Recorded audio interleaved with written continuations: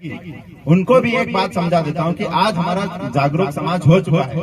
अगर हमारे समाज के साथ किसी ने भी कोशिश भी करी कि उसके साथ में गलत हरकत करे तो वो हमारा नेता हमारे क्षेत्र में, हमारे गांव में घुसने लायक नहीं रहने देंगे। किसी नेता की जरूरत नहीं पड़ेगी। ये मैं आज तुम्हारे बड़गांव में आके बोल के जा रहा हूँ और ये बात याद रखना मेरी कि जिस दिन तुम एक हो जाओ, जिस दिन तुम्हें दूध मिल रहा है, साइकिल मिल रही है, छात्रवृत्ति मिल रही है, लेकिन पढ़ाई नहीं होने देंगे। क्योंकि अगर आदिवासी लड़का पढ़ने लग जाएगा तो वह सवाल जवाब करेगा और जैस वही चाहता है कि अब हम पढ़े लिखे भी होंगे तो हमारे हिसाब से हमारे गांव में जो स्कूल बनी हुआ हम हमारे हिसाब से चलाएंगे, टीचर उनकी व्यवस्था करो।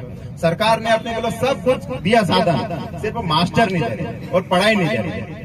वो चीज अब तुम्हारे गांव में भी सभी दूर यही हो रही है, तुम्हारे गांव में भी यही हो रहा है। कहीं ना कहीं तुम्हारे युवा उनको अपने अपने स्कूलों में, अपने अपने आंगनवाड़ी केंद्रों पे चेक करना है कि टीचर आ रहा है, पढ़ाई हो रही है कि नहीं हो रही है। दूसरी बात स्वास्थ्य की बात कि कहीं ना कहीं हमारे क्षेत्र में दवाखाने तो खुल रहे हैं लेकिन डॉक्टर नहीं आ रहा। सेंधवा का जो सिविल अस्पताल है वह करोड़ों रुपए का हॉस्पिटल बना है, करोड़ों रुपए की दवाइयां आती है, लाखों रुपए की हर महीने तनख्वाह जाती है, लेकिन वहां गरीब लोगों का इलाज नहीं के बराबर है। प्राइवेट दवाखाने को देख लो, 2-2 साल में 4-4, 5-5 मंजिला उन्होंने भवन बना दिए, लाखों रुपए का इलाज होने लग गया है। लेकिन हमारे सरकारी दवाखाने जो सरकार खोखले वादे करती है वो कहीं से कहीं तक कुछ जमीनी स्तर पे जीरो। तुम्हारे गांव में भी दवाखाना खुला होगा, छोटा दवाखाना, उप स्वास्थ्य केंद्र, लेकिन डॉक्टर आके बैठता नहीं, वो भी कहीं ना कहीं अपने साथ छलावा करेगा।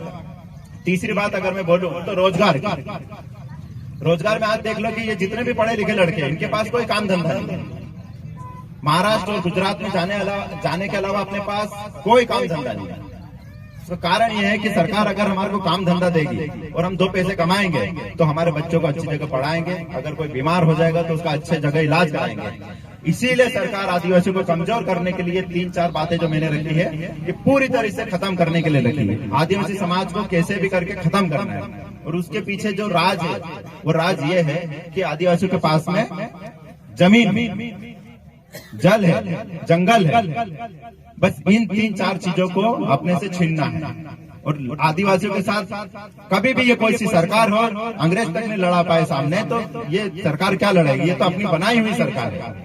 तो कहीं ना कहीं अपने को कमजोर कर रहे हैं, मानसिक रूप से भी कमजोर कर रहे हैं कि अगर बच्चा पढ़ जाएगा तो हक अधिकार की बात करेगा। शारीरिक रूप से इसलिए कमजोर कर रहे हैं कि अपने पास काम धंधा नहीं है, मजबूरी में अपने को महाराष्ट्र गुजरात जाना पड़ेगा 2 टाइम की रोटी खाने के लिए। ये सब कहीं ना कहीं आदिवासी समाज को कमजोर करने की सरकार की योजना है और जयस इसका खुल के विरोध करता है। और आने वाले टाइम पे 2023 अभी दूर नहीं है, अगर जयस कोई सी भी राजनीतिक पार्टी हो जो हमारा समाज का काम करेगी, हमारा समाज उसके साथ खड़ी रहेगी, चाहे फिर वो कोई सी भी पार्टी हो।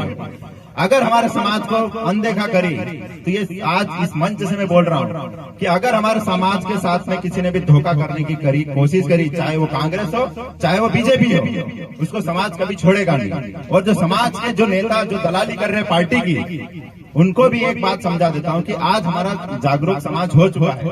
अगर हमारे समाज के साथ किसी ने भी कोशिश भी करी कि उसके साथ में गलत हरकत करे तो वो हमारा नेता हमारे क्षेत्र में, हमारे गांव में घुसने लायक नहीं रहने देंगे। इतना टाइम हो गया है, पूरा क्षेत्र हमारा है,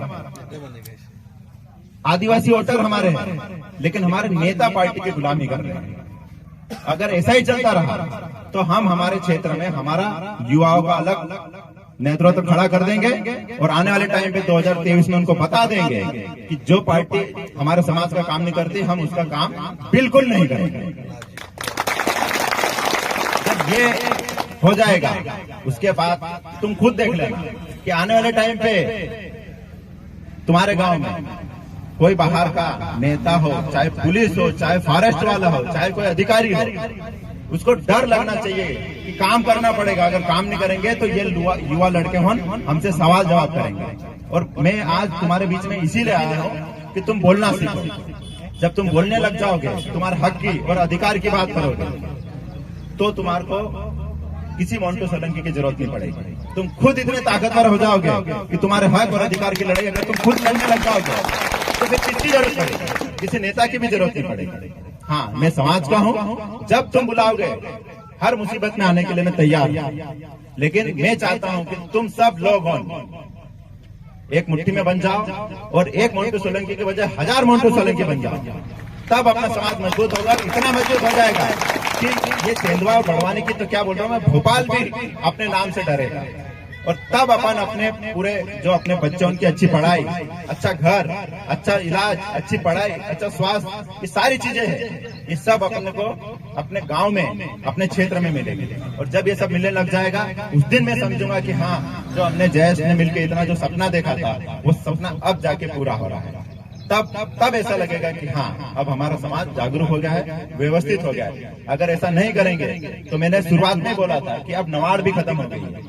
तुम्हारे पिताजी ने तुम्हारे लिए 10 एकड़ जमीन छोड़ी होगी, लेकिन तुम 2 भाई होने की वजह से 5-5 एकड़ हो गई, और तुम्हारे अगर 2-2 बच्चे हो गए तो 2.5 एकड़ भी नहीं आएगी इससे। तो फिर कहाँ जाओगे?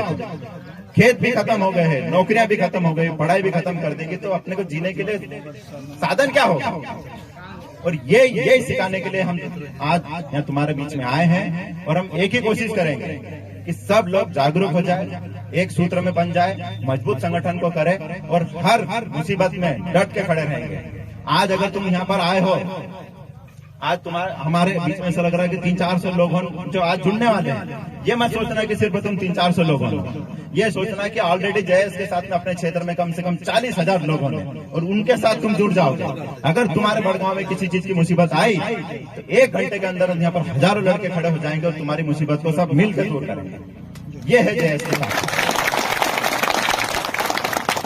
मैंने बहुत सारी बात रखी, हो सकता है कि किसी को बुरा लगा हो या अच्छा भी लगा हो। मेरी अगर किसी बात को बुरा लगा हो तो मैं जयेश का सदस्य होने के नाते आप सभी से माफी मांगूंगा, लेकिन एक बात जरूर बोलूंगा कि चुनाव हो चुके हैं, पंचायत चुनाव, कोई सी पार्टी हार चुकी है, कोई सी पार्टी जीत चुकी है। अब वो 5 साल के लिए गया है चुनाव, अब हम दोनों मिलकर लड़ेंगे, क्योंकि अब समाज की बारी आ गई है। चुनाव तक कोई बीजेपी का था, कोई कांग्रेस का था, लेकिन जब समाज की बारी आ जाए तो सब एक हो जाएंगे। पार्टी मत छाटना, जिस दिन तुम सब एक हो जाओगे, क्योंकि मुसीबत सबकी एक है। तुमको भी लाइट की दिक्कत है, इनको भी लाइट की दिक्कत है, दवा खाने की तकलीफ इनको भी है और इनको भी है, पढ़ाई तुम्हारे बच्चों की भी मारी जा रही है और इनके बच्चों की मारी जा रही है। पार्टी तक, चुनाव तक पार्टी की बात करेंगे, पार्टी चुनाव होने के बाद में सब समाज की बात करना। जिस दिन समाज अपनी ये एक हो